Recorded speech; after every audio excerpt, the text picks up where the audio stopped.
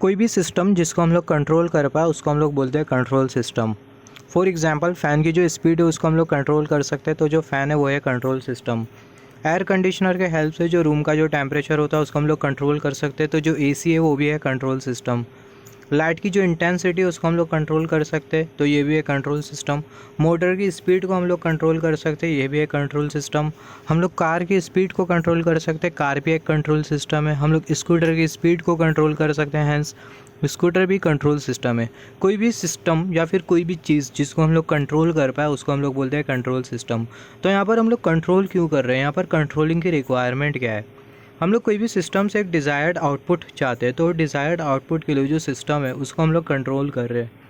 तो any system which can be control in order to obtain desired output is called as control system. कोई भी system जिसको हम लोग कंट्रोल कर पाए एक डिज़ायर्ड आउटपुट को ऑब्टेन करने के लिए, तो जो सिस्टम होता है उसको हम लोग बेसिकली बोलते हैं कंट्रोल सिस्टम।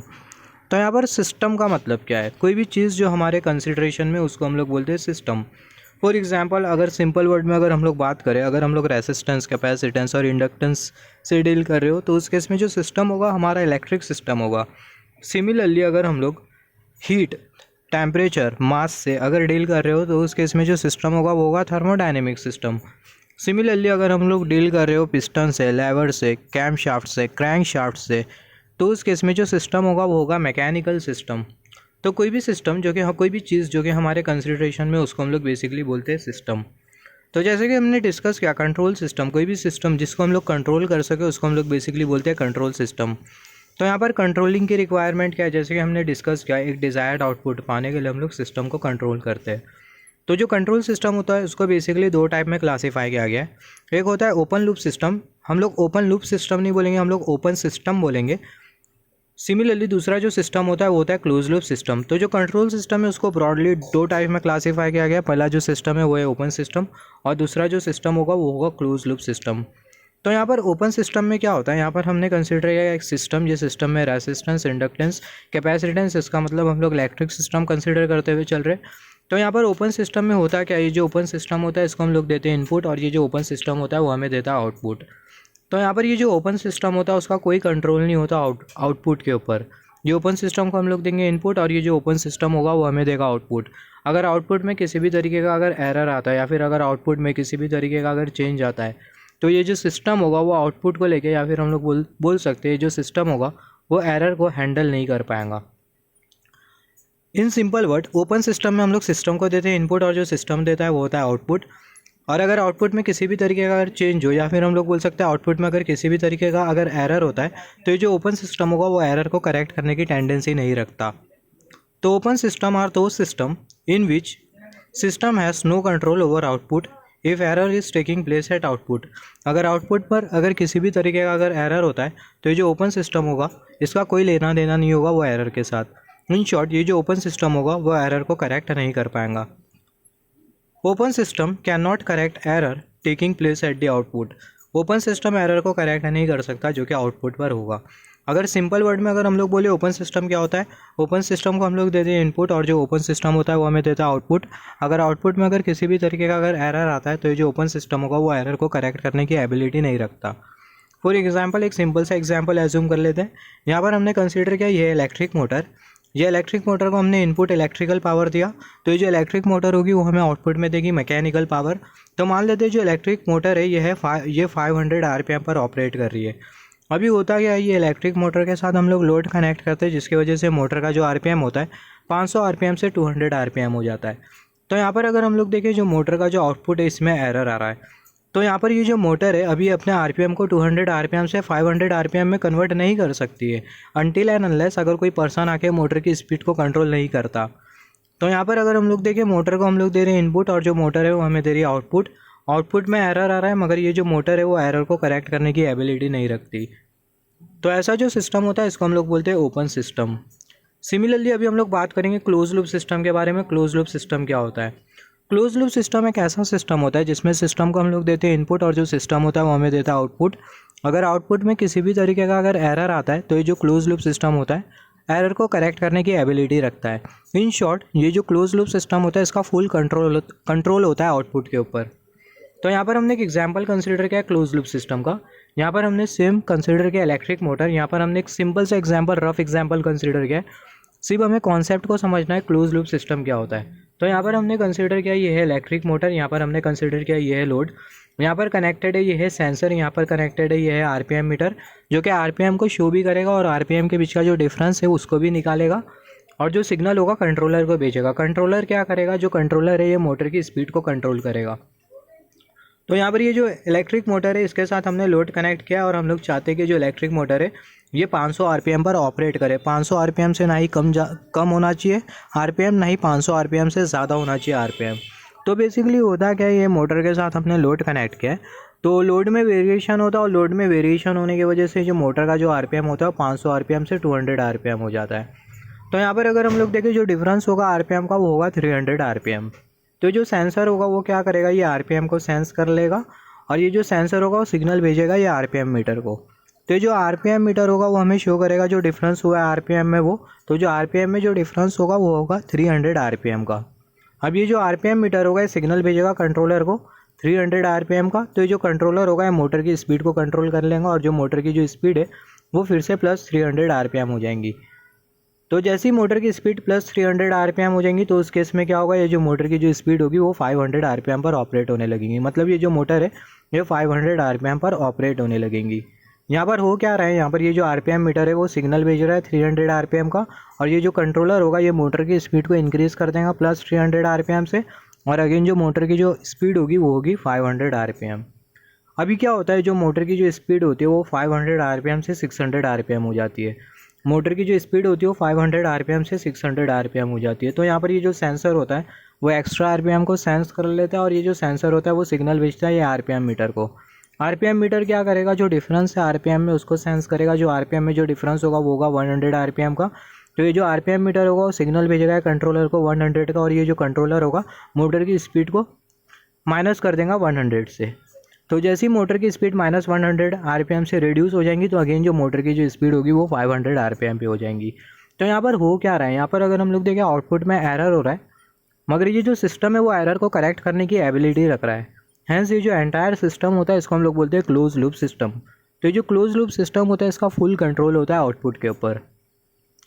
तो जैसे कि हमने डिस्कस किया क्लोज लूप सिस्टम, जब हम लोग कंट्रोल सिस्टम आगे प्रोसीड करेंगे तो हम लोग जो क्लोज लूप सिस्टम होगा उसको हम लोग कुछ इस तरीके से कंसिडर करेंगे। ये होगा कंट्रोलर, ये होगा एक्चुएटर या फिर बोल सकते हैं प्लांट, और यहाँ पर ये होगा सेंसर जिसको हम लोग बेसिकली बोलते हैं फीडबैक एलिमेंट, और यहाँ पर ये होगा कंपैरेटर।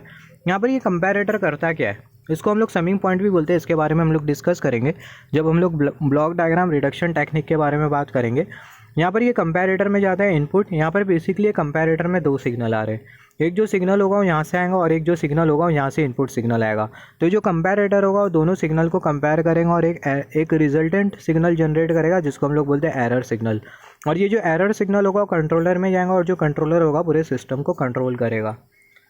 तो यहाँ पर ये जो सिस्टम होता है इसको हम लोग बेसिकली बोलते हैं क्लोज लूप सिस्टम। तो जैसे कि हमने डिस्कस किया क्लोज लूप सिस्टम वो सिस्टम होता है जिसमें जो सिस्टम होता है उसका फुल कंट्रोल होता है आउटपुट के ऊपर। अगर आउटपुट में किसी भी तरीके का अगर एरर होता है तो जो क्लोज लूप सिस्टम होगा वो एरर को करेक्ट करने की एबिलिटी रखता है।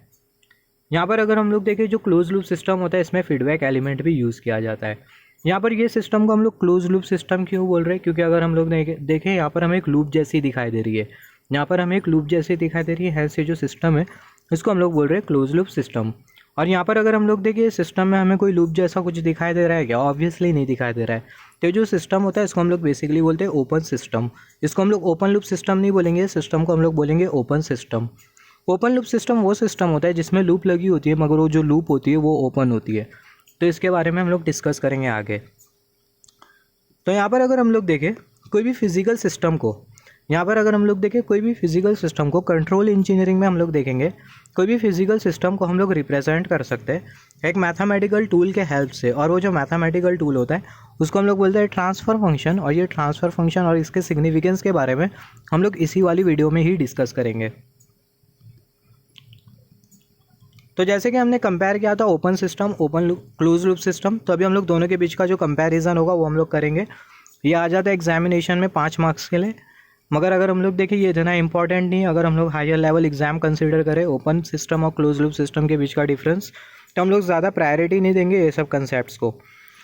तो यहाँ पर अगर हम लोग देखें ओपन सिस्टम, यहाँ पर हमने कंसिडर किया ये है ओपन सिस्टम। अगर हम लोग यहाँ पर देखें ये है आर ऑफ एस और यहाँ पर है जी ऑफ एस और यहाँ पर ये है सी ऑफ एस। तो यहाँ पर अगर हम लोग देखें यहाँ पर ये R of S, G of S और ये जो सी ऑफ एस हमें जो दिखाई दे रहा है इसी को ही हम लोग बेसिकली बोलते हैं transfer function. R of S, C of S, G of S, H of S, यहाँ पर एच ऑफ एस हमने कंसिडर किया है फीडबैक एलिमेंट होता है, तो इसी को ही हम लोग बेसिकली बोलते हैं ट्रांसफ़र फंक्शन। तो इसके बारे में हम लोग ट्रांसफ़र फंक्शन के बारे में डिस्कस करने वाले। तो यहाँ पर हमने कंसिडर किया ये है ओपन सिस्टम। तो यहाँ पर अगर हम लोग देखें जैसे कि हमने डिस्कस किया था, जो ओपन सिस्टम होता है उसका कोई कंट्रोल नहीं होता आउटपुट के ऊपर। System has no control over output. और यहाँ पर हमने कंसिडर किया ये है क्लोज लूप सिस्टम। यहाँ पर ये कंपैरेटर लगा हुआ है, यहाँ पर ये इनपुट सिग्नल, यहाँ पर अगर हम लोग देखें माइनस साइन इंडिकेट करिए कि नेगेटिव फीडबैक सिस्टम में कनेक्टेड है। तो इसके बारे में भी हम लोग डिस्कस करेंगे, मगर फॉर द टाइम बिंग ये जो सिस्टम है वो है क्लोज लूप सिस्टम। तो यहाँ पर अगर हम लोग देखें जो क्लोज लूप सिस्टम होता है उसका जो क्लोज लूप सिस्टम होता है उसका फुल कंट्रोल होता है आउटपुट के ऊपर। Close loop system has a control over output. यहाँ पर ये ओपन सिस्टम का जो फिगर होगी उसको हम लोग कुछ इस तरीके से कंसिडर करेंगे और जो क्लोज लूप सिस्टम की जो फिगर होगी उसको हम लोग कुछ इस तरीके से कंसिडर करेंगे। सिमिलरली यहाँ पर अगर हम लोग देखें open system can not correct error taking place at the output. जो ओपन सिस्टम है वो एरर को करेक्ट नहीं कर सकता जो कि आउटपुट पर होता है। Close loop system can correct error taking place at output. जो क्लोज लूप सिस्टम है वो एरर को करेक्ट कर सकता है जो कि आउटपुट पर होगा। यहाँ पर अगर हम लोग देखें यहाँ पर कोई फीडबैक एलिमेंट यूज़ नहीं किया गया है, तो हम लोग बोल सकते हैं no feedback element is use in open system. Feedback element is use in the close loop system. तो यहाँ पर अगर हम लोग देखें क्लोज लूप सिस्टम है, यहाँ पर ये फीडबैक एलिमेंट यूज़ किया गया है। सिमिलरली यहाँ पर अगर हम लोग देखें जो एक्यूरेसी होती है ओपन सिस्टम की वो कम होती है और जो एक्यूरेसी होती है क्लोज लूप सिस्टम की वो ज़्यादा होती है। ओपन सिस्टम की एक्यूरेसी कम इसलिए होती है, उसका रीज़न ये होता है कि जो ओपन सिस्टम की जो सेंसिटिविटी होती है एक्सटर्नल पैरामीटर को लेके वो बहुत ज़्यादा होती है। ओपन सिस्टम एक्सटर्नल पैरामीटर को लेके बहुत ज़्यादा सेंसिटिव होता है। जब भी हम लोग कोई भी सिस्टम डिज़ाइन करते हैं ये हमारा फर्स्ट प्रायोरिटी होती है, फर्स्ट कंसिडरेशन होता है। जब भी हम लोग कोई भी सिस्टम डिज़ाइन करते हैं तो हम लोग ये बात का बहुत अच्छी तरीके से ध्यान रखते हैं कि जो सिस्टम का जो इंटरनल कंपोनेंट है वो लेस सेंसिटिव होना चाहिए चेंज को लेके जो कि एक्सटर्नल पैरामीटर्स में हो रहा है। मतलब अगर सराउंडिंग में किसी भी तरीके का अगर चेंज होता है, या फिर हम लोग बोल सकते हैं सिंपल वर्ड में कोई भी सिस्टम हम लोग जो डिज़ाइन करेंगे उसमें बेसिकली होगा इंटरनल कंपोनेंट। तो जो सिस्टम है वो लेस सेंसिटिव होना चाहिए अगर इंटरनल कंपोनेंट में अगर किसी भी तरीके का अगर चेंज हो रहा है उसको लेके, और ज़्यादा सेंसिटिव होना चाहिए इनपुट को लेके। अगर इनपुट में किसी भी तरीके का अगर चेंज हो रहा है तो जो सिस्टम है वो चेंज को लेके ज़्यादा सेंसिटिव होना चाहिए। मगर अगर सिस्टम के इंटरनल कंपोनेंट में अगर किसी भी तरीके का अगर चेंज हो रहा है तो उस केस में जो सिस्टम है वो लेस सेंसिटिव होना चाहिए। सिस्टम पर जो असर है वो ना के बराबर में होना चाहिए। मगर ओपन सिस्टम में ऐसा नहीं होता है, हैंस ये जो ओपन सिस्टम होता है उसकी जो एक्यूरेसी होती है वो कम होती है। क्लोज लूप सिस्टम की जो एक्यूरेसी होती है वो ज़्यादा होती है। क्लोज लूप सिस्टम की एक्यूरेसी इसलिए ज़्यादा होती है क्योंकि अगर हम लोग देखें जो फॉरवर्ड एलिमेंट, इसके बारे में हम लोग डिस्कस करेंगे सेंसिटिविटी के कॉन्सेप्ट में। फॉरवर्ड एलिमेंट में अगर किसी भी तरीके का अगर चेंज होता है तो जो ओवरऑल सिस्टम होता है उसके ऊपर ना के बराबर में अफेक्ट होता है। मगर यहाँ पर ये फीडबैक एलिमेंट में अगर किसी भी तरीके का अगर चेंज होता है तो ओवरऑल सिस्टम पर अफेक्ट पड़ता है। तो यहाँ पर ये जो फीडबैक एलिमेंट होता है बेसिकली सेंसर की फैमिली में आता है। तो जब भी हम लोग सेंसर डिज़ाइन करते हैं तो हम लोग ये बात का ध्यान रखते हैं कि जो सेंसर में जो चेंज हो रहा है वो ना के बराबर में हो। और यही रीज़न की वजह से जो क्लोज लूप सिस्टम होता है उसकी जो एक्यूरेसी होती है वो थोड़ी ज़्यादा होती है। Accuracy is more of close loop system. और जो क्लोज लूप सिस्टम होता है उसकी स्टेबिलिटी भी ज़्यादा होती है। अगर हम लोग देखें जो ओपन सिस्टम होता है वो कम रिलायबल होता है और जो क्लोज लूप सिस्टम होता है वो ज़्यादा रिलायबल होता है। यहाँ पर अगर हम लोग देखें ओपन सिस्टम का जो कंस्ट्रक्शन होता है वो सिंपल होता है और जो क्लोज लूप सिस्टम होता है उसका जो कंस्ट्रक्शन होता है थोड़ा कॉम्प्लिकेटेड होता है।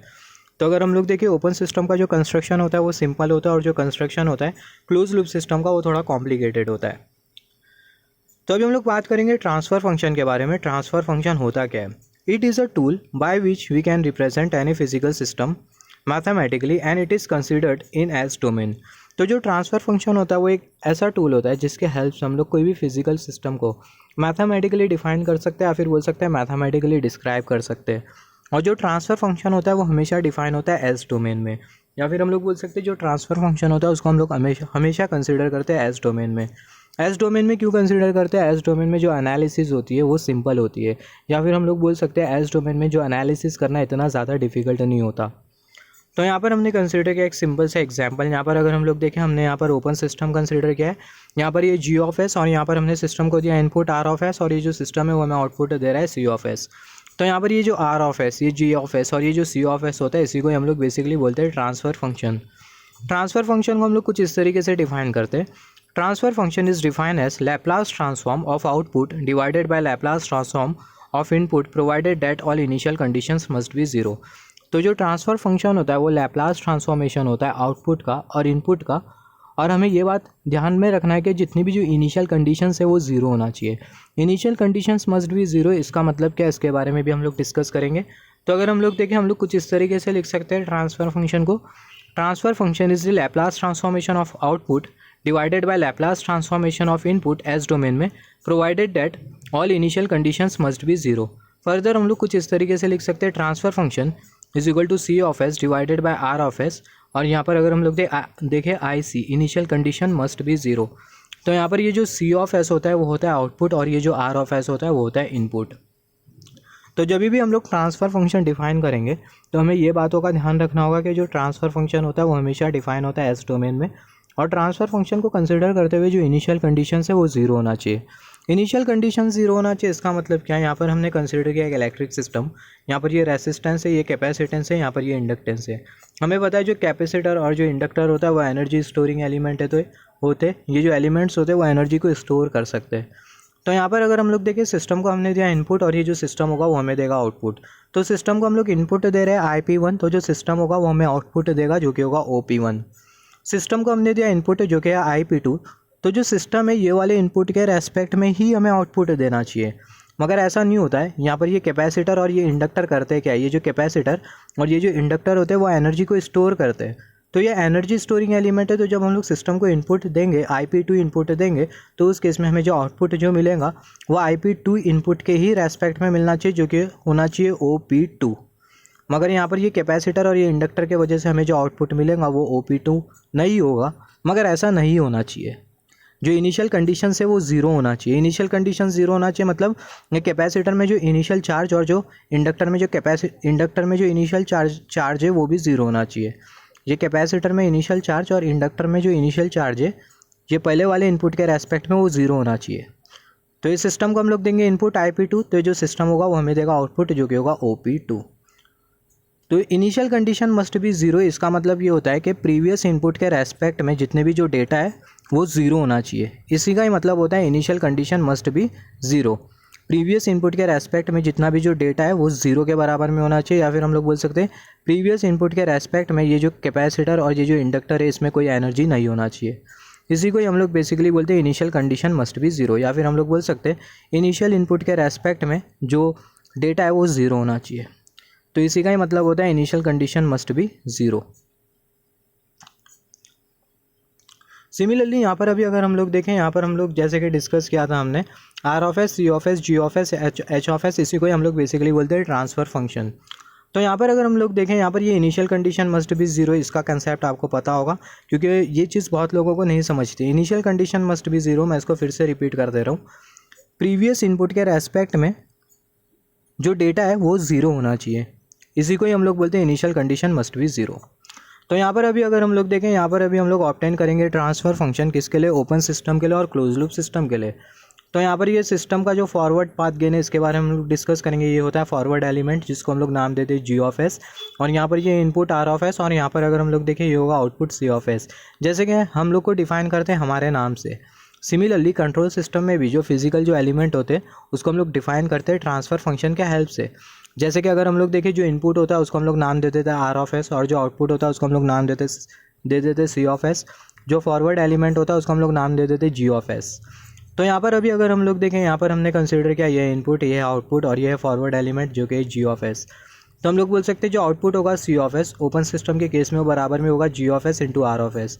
अभी हम लोग क्या करेंगे, जो R ऑफ एस है उसको हम लोग C ऑफ एस के डिनोमिनेटर में भेज देंगे, तो हमें मिल जाएगा C of S divided by R of S is equal to G of S.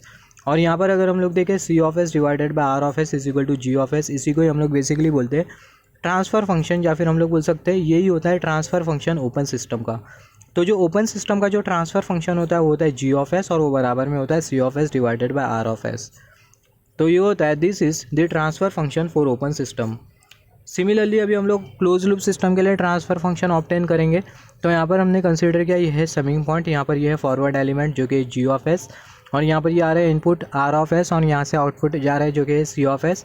यहाँ पर ये फीडबैक एलिमेंट कनेक्टेड है एच ऑफ एस, और यहाँ पर अगर हम लोग देखें नेगेटिव साइन है, इसका मतलब यहाँ पर जो फीडबैक कनेक्टेड है वो है नेगेटिव फीडबैक। हम लोग फीडबैक के बारे में भी डिस्कस करेंगे। तो यहाँ पर अगर हम लोग देखें जो फीडबैक से जो सिग्नल जो जाएगा, यहाँ पर जो सिग्नल जाएगा ये फीडबैक से जो सिग्नल जो जाएगा वो होगा H of S into C of S. तो ये H of S into C of S ये हमें कहाँ से मिला, यहाँ पर अगर हम लोग देखें यहाँ से एक सिग्नल आएगा जो कि होगा सी ऑफ एस। यहाँ पर अगर हम लोग देखें कर्सर की टीम, यहाँ से एक सिग्नल आएगा जो कि होगा सी ऑफ एस। तो जो सी ऑफ एस होगा वो एच ऑफ एस के साथ मल्टीप्लाई हो जाएगा। तो ये जो फीडबैक एलिमेंट्स हैं, यहाँ पर जो सिग्नल जो जाएगा, यहाँ पर जो सिग्नल जो जाएगा जो कि कर्सर की टिप हमें शो कर रही है, वो जो सिग्नल होगा वो होगा H of S into C of S. यहाँ पर अगर हम लोग देखें इसको हम लोग बेसिकली बोलते हैं कंपैरेटर।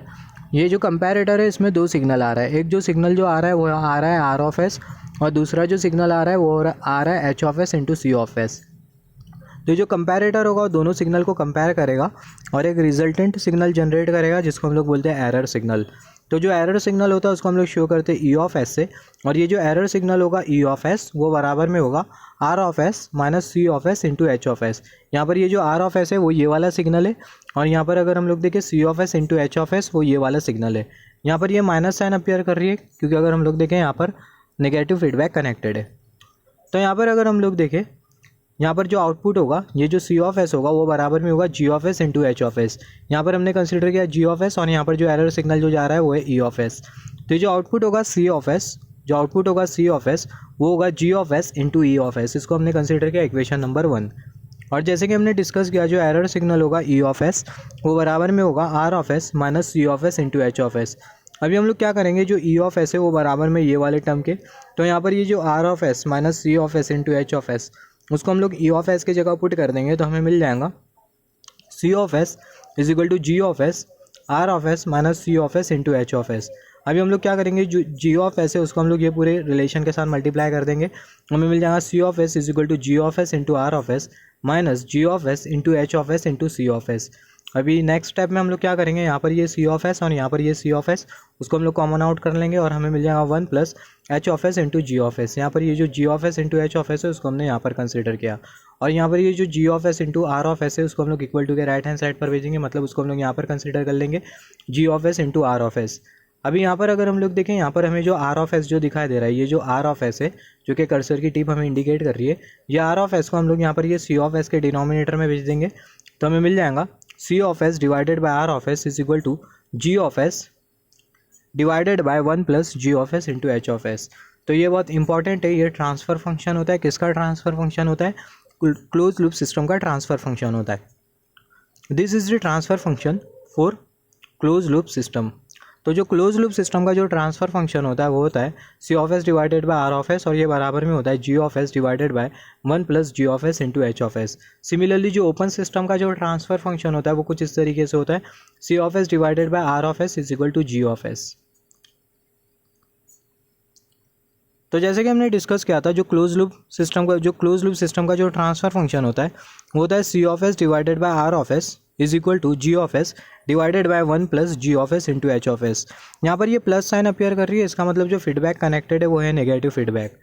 यहाँ पर हम लोग फीडबैक के बारे में भी डिस्कस करेंगे। यहाँ पर प्लस साइन अगर ट्रांसफ़र फंक्शन में अपीयर कर रही है इसका मतलब जो फीडबैक है वो है नेगेटिव फीडबैक। सिमिलरली अगर यहाँ पर प्लस साइन ना होते हुए अगर माइनस साइन अगर अपीयर करती तो उस केस में जो फीडबैक होता वो होता पॉजिटिव फीडबैक। यहाँ पर माइनस साइन अपीयर कर रही है इसका मतलब जो फीडबैक है वो है पॉजिटिव फीडबैक। यहाँ पर प्लस साइन अपीयर कर रही है इसका मतलब जो फीडबैक होगा वो होगा नेगेटिव फीडबैक।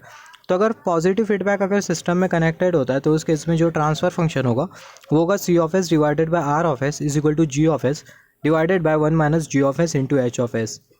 यहाँ पर अगर हम लोग देखें, हमने डिस्कस किया था transfer function for open system वो था G of S divided by C of S divided by R of S. यहाँ पर ये C of S divided by R of S, इसी को ही हम लोग बोलते हैं transfer function. Laplace transformation of output divided by Laplace transformation of input provided that all initial conditions are 0, इसी को ही हम लोग बोलते हैं ट्रांसफ़र फंक्शन। तो जो ट्रांसफ़र फंक्शन होगा C of S divided by R of S, इसके जगह हम लोग ऐसा भी लिख सकते हैं ट्रांसफ़र फंक्शन टी एफ और ये होगा जी ऑफ एस। तो यहाँ पर ये जो जी ऑफ एस होता है वो ओपन सिस्टम का ट्रांसफ़र फंक्शन होता है। अभी हम लोग बात करेंगे ओपन लूप सिस्टम क्या होता है और ओपन लूप ट्रांसफ़र फंक्शन क्या होता है। ओपन लूप सिस्टम ऐसा सिस्टम होता है जिसमें लूप तो कनेक्टेड होती है मगर वो जो लूप होती है वो ओपन होती है। तो यहाँ पर हमने कंसिडर किया ये है कंपैरेटर, यहाँ पर ये है forward element G of S, यहाँ पर ये feedback element H of S, और जैसे कि हमने डिस्कस किया था यहाँ पर यहाँ पर ये नेगेटिव फीडबैक और पॉजिटिव फीडबैक क्या है। यहाँ पर अगर हम लोग देखें, ये जो फीडबैक एलिमेंट होता है इसी को ही हम लोग बोलते हैं negative feedback, positive feedback. For time being इसके बारे में हम लोग डिस्कस करेंगे आगे डिटेल में, मगर यहाँ पर समझने के लिए जो पॉजिटिव फीडबैक और जो नेगेटिव फीडबैक होता है इसी को ही हम लोग कंसिडर करते हैं।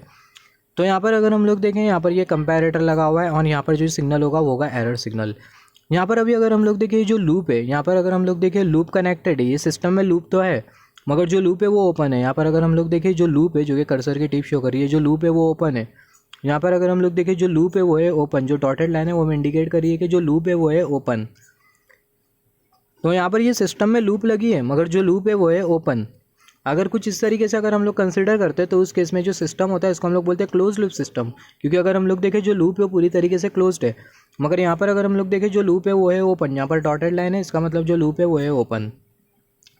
तो यहाँ पर अगर हम लोग देखें loop is present but it is open, hence the transfer function is open loop transfer function. तो जो ओपन लूप ट्रांसफ़र फंक्शन होता है उसको हम लोग कुछ इस तरीके से लिखते हैं, open loop transfer function is equal to G of S into H of S. हमने डिस्कस किया था जो क्लोज लूप ट्रांसफ़र फंक्शन होता है वो कुछ इस तरीके से होता है, जो ओपन सिस्टम ट्रांसफ़र फंक्शन होता है वो कुछ इस तरीके से होता है, ओपन सिस्टम का जो ट्रांसफ़र फंक्शन होता है कुछ इस तरीके से होता है। सिमिलरली जो ओपन लूप ट्रांसफ़र फंक्शन होता है वो होता है G of S into H of S. यहाँ पर अगर हम लोग देखें, अगर ये फीडबैक अगर यूनिटी होता है, अगर यहाँ पर यूनिटी फीडबैक होता है, मतलब अगर कुछ भी फीडबैक एलिमेंट कनेक्टेड नहीं है इसका मतलब यूनिटी फीडबैक है, और यूनिटी फीडबैक है इसका मतलब एच ऑफ एस ये बराबर में होगा 1 के। तो अगर यूनिटी फीडबैक होता है तो उस केस में जो एच ऑफ एस होगा बराबर में होगा 1 के। तो जो ओपन लूप ट्रांसफ़र फंक्शन हमें जो मिलेगा वो मिलेगा जी ऑफ एस के। यहाँ पर हमने कंसिडर किया open loop transfer function G of S into H of S. हम लोग कंसिडर करते हुए चल रहे हैं यूनिटी फीडबैक है, इसका मतलब जो एच ऑफ एस होगा वो बराबर में होगा 1 के। तो एच ऑफ एस 1 के बराबर में होगा तो ओपन लूप ट्रांसफ़र फंक्शन हमें जो मिलेगा वो मिलेगा जी ऑफ एस। तो यहाँ पर अगर हम लोग देखें जो ओपन लूप ट्रांसफ़र फंक्शन है वो है जी ऑफ एस, और ये एक्जैक्टली बराबर में ओपन सिस्टम ट्रांसफ़र फंक्शन के, ओपन सिस्टम का जो ट्रांसफ़र फंक्शन था वो भी था जी ऑफ एस। तो हम लोग बोल सकते हैं when unity feedback is present in this system then open loop transfer function will be equal to the transfer function of open system. जब भी सिस्टम में यूनिटी फीडबैक कनेक्टेड हो तो उस केस में जो ओपन लूप ट्रांसफ़र फंक्शन होगा वो बराबर में होगा ओपन सिस्टम के ट्रांसफ़र फंक्शन के। यहाँ पर अगर हम लोग देखें OLTF open loop transfer function G of S ये बराबर में ओपन सिस्टम के ट्रांसफ़र फंक्शन के, जो कि है जी ऑफ एस के। सिमिलरली यहाँ पर अभी अगर हम लोग देखें, अभी अगर हम लोग रिलेशन के बारे में बात करें ओपन लूप ट्रांसफ़र फंक्शन और क्लोज लूप ट्रांसफ़र फंक्शन के, तो relation between open loop transfer function and close loop transfer function for unity feedback system. यहाँ पर अगर हम लोग देखें, यहाँ पर हम लोग कंसिडर करते हुए चल रहे यूनिटी फीडबैक सिस्टम, ये ओपन लूप ट्रांसफ़र फंक्शन और ये क्लोज लूप ट्रांसफ़र फंक्शन दोनों के बीच का जो रिलेशन होगा वो होल्ड करेगा अगर हमारे पास यूनिटी फीडबैक है। तो अगर यूनिटी फीडबैक नहीं है तो ये जो रिलेशन होगा इसको हम लोग कंसिडर नहीं कर सकते। तो यहाँ पर हमने कंसिडर किया है क्लोज लूप सिस्टम, यहाँ पर ये कंपैरेटर है, यहाँ पर ये इनपुट और यहाँ पर ये आउटपुट, यहाँ पर यूनिटी फीडबैक है, इसका मतलब जो एच ऑफ एस होगा वो बराबर में होगा 1 के। तो अगर हम लोग close loop transfer function consider करें तो वो होगा G of S divided by 1 plus G of S into H of S. Plus sign है, इसका मतलब कौन सा फीडबैक है, नेगेटिव फीडबैक है, जैसे कि हमने डिस्कस किया था। प्लस साइन अपीयर करती है इसका मतलब जो फीडबैक होता है वो नेगेटिव फीडबैक है। तो यहाँ पर अगर हम लोग देखें प्लस साइन अपीयर कर रही है इसका मतलब नेगेटिव फीडबैक है। यहाँ पर अगर हम लोग देखें जो एच ऑफ एस होगा वो बराबर में होगा 1 के, तो हमें मिल जाएगा close loop transfer function G of S divided by 1 plus G of S. इसको हमने कंसिडर किया इक्वेशन नंबर 1।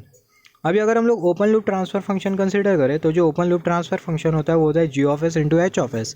जैसे कि हमने डिस्कस किया था जो ओपन लूप ट्रांसफ़र फंक्शन होता है G of S into H of S.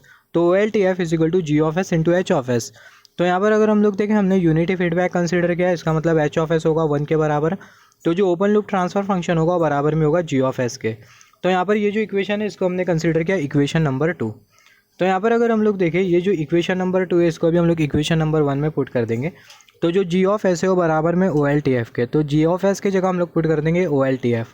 तो हमें मिल जाएगा close loop transfer function is equal to OLTF divided by 1 plus OLTF।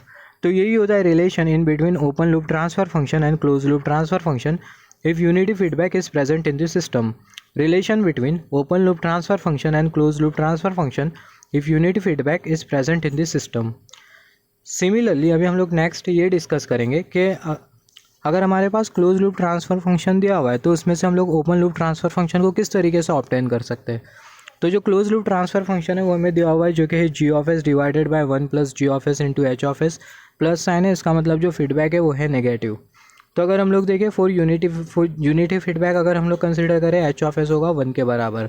यहाँ पर ये वाला भी जो रिलेशन है, यहाँ पर हम लोग जो ओपन लूप ट्रांसफ़र फंक्शन जो ऑब्टेन कर रहे हैं क्लोज लूप ट्रांसफ़र फंक्शन में से, तो ये भी एप्लीकेबल होगा जब यूनिटी फीडबैक हो। तो अगर यूनिटी फीडबैक अगर नहीं होता है तो उस केस में हम लोग ये कंसिडर नहीं कर सकते। तो जो एच ऑफ एस होगा वो बराबर में होगा 1 के, तो हमें मिल जाएगा CLTF is equal to G of S divided by 1 plus G of S.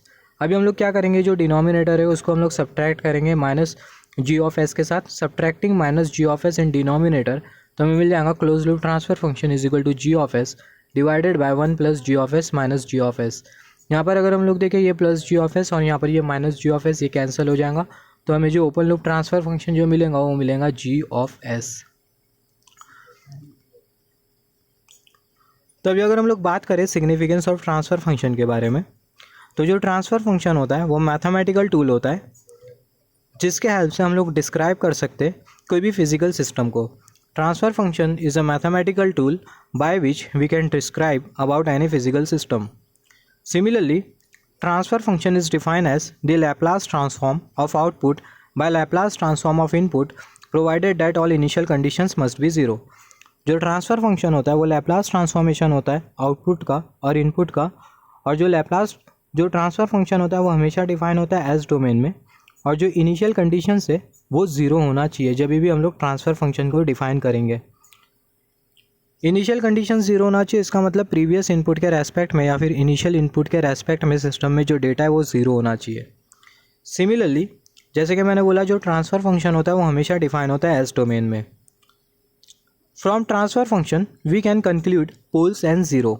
ये पोल्स और ज़ीरोज़ क्या होता है इसके बारे में भी हम लोग डिस्कस करेंगे, मगर फिर भी ट्रांसफ़र फंक्शन के हेल्प से हम लोग कंक्लूड कर सकते हैं पोल्स को और ज़ीरोज़ को। Similarly by transfer function model we can describe about the stability of the system. Transfer function model के हेल्प से हम लोग सिस्टम की स्टेबिलिटी के बारे में बता सकते हैं कि जो सिस्टम होगा वो स्टेबल होगा, अनस्टेबल होगा या फिर मार्जिनल स्टेबल होगा। By transfer function model we can describe the relation in between input and output of the system. Transfer function model के हेल्प से हम लोग सिस्टम का जो आउटपुट और सिस्टम का जो इनपुट है दोनों के बीच में हम लोग रिलेशन के बारे में बता सकते हैं। Similarly by transfer function model we can describe about the bandwidth and time constant of the system. Transfer function model के हिसाब से ट्रांसफ़र फंक्शन मॉडल के हेल्प से हम लोग सिस्टम की बैंडविड्थ के बारे में बता सकते हैं और हम लोग टाइम कांस्टेंट के बारे में भी बता सकते हैं। बैंडविड्थ का मतलब क्या होता है, बैंडविड्थ एक पर्टिकुलर रेंज होती है जिस रेंज के बीच में सिस्टम का जो रिस्पांस होता है वो मैक्सिमम होता है, और उस रेंज के बियॉन्ड जो सिस्टम का जो रिस्पांस होता है वो उतना ज़्यादा नहीं होता है। सिमिलरली टाइम कांस्टेंट का मतलब क्या होता है, जो टाइम कांस्टेंट होता है वो हमें सिस्टम की स्पीड के बारे में बताता है। टाइम कांस्टेंट का मतलब ये होता है कि कोई भी सिस्टम अपने फाइनल वैल्यू का 63% वैल्यू को अटेन करने के लिए कितना टाइम ले रहा है। अगर टाइम ज़्यादा ले रहा है तो टाइम कांस्टेंट ज़्यादा होगा, सिस्टम की स्पीड कम होगी। टाइम कम ले रहा है तो जो टाइम कांस्टेंट होगा वो कम होगा और जो सिस्टम की जो स्पीड होगी वो ज़्यादा होगी। तो ट्रांसफ़र फंक्शन मॉडल के हेल्प से हम लोग बता सकते हैं सिस्टम की बैंडविड्थ के बारे में और सिस्टम के टाइम कांस्टेंट के बारे में। सिस्टम बिहेवियर कैन ऑल्सो भी describe with the help of the transfer function. Transfer function के हेल्प से सिस्टम का जो बिहेवियर है उसके बारे में भी हम लोग बता सकते हैं। सिस्टम का बिहेवियर का मतलब क्या होता है, मतलब सिस्टम अलग अलग इनपुट पर सिस्टम का जो रिस्पांस होता है वो अलग अलग होता है। इसके बारे में हम लोग बात करेंगे जब हम लोग टाइम डोमेन एनालिसिस कंसीडर करेंगे। जब हम लोग टाइम डोमेन एनालिसिस सिस्टम की जब हम लोग एनालिसिस करेंगे टाइम के रेस्पेक्ट में, तो तभी हम लोग सिस्टम के बिहेवियर के बारे में बात करेंगे।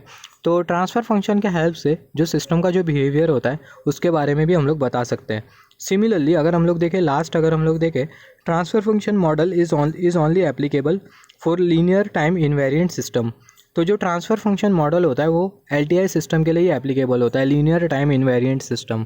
हमने एक सिस्टम डिज़ाइन किया तो जो सिस्टम है वो टाइम के रेस्पेक्ट में वेरी नहीं करना चाहिए। अगर ऐसा सिस्टम होता है तो उसके लिए हम लोग ट्रांसफ़र फंक्शन कंसीडर कर सकते हैं, मगर ऐसा सिस्टम नहीं होता है। सिस्टम को हमने डिज़ाइन किया, सिस्टम के जो पैरामीटर्स है टाइम के रेस्पेक्ट में वेरी कर रहे हैं, जो सिस्टम है वो टाइम के रेस्पेक्ट में वेरी कर रहा है, ऐसा जो सिस्टम होता है इसको हम लोग बोलते हैं टाइम वेरिएंट सिस्टम। तो ऐसे सिस्टम के लिए जो ट्रांसफ़र फंक्शन होता है वो डिफाइन नहीं होता है। ऐसे सिस्टम के लिए हम लोग ट्रांसफ़र फंक्शन को कंसीडर नहीं कर सकते। तो जो ट्रांसफ़र फंक्शन जो मॉडल होता है वो एप्लीकेबल होता है लीनियर टाइम इनवेरिएंट सिस्टम के लिए ही।